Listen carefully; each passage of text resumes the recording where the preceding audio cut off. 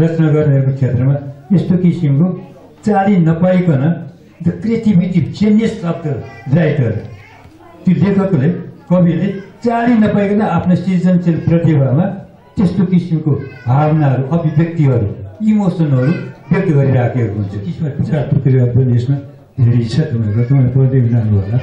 मैले भनिहालेँ त्यो कालो सर्वर सेतो सर्वरको कुरा आइराखेको छ। सर्वर सबैले देखिराखेकै हो, तर उहाँले सर्वर चाहिँ सपनामा देख्नु हो कालो सर्वर, देख्नमा देख्नु हो सेतो सर्वर। अब यहाँ सर्वर किन आयो त्यो मुक्तमा, कसरी आयो, कुन सन्दर्भमा आयो? अब यहाँनिर चाहिँ तपाईँको फिलोसफरले, दार्शनिकले, विचार गर्ने मान्छेले, तर्क गर्ने मान्छेले, त्यो त्यसलाई गहिरेर हेर्ने मान्छेले त्यहाँनिर चाहिँ फेला पार्छ कि त्यो सपनामा पनि त्यो सर्व देख्नु, त्यो सपनामा सर्व छैन कि छ कि छैन, कहाँबाट आयो? सपना त शून्य हो।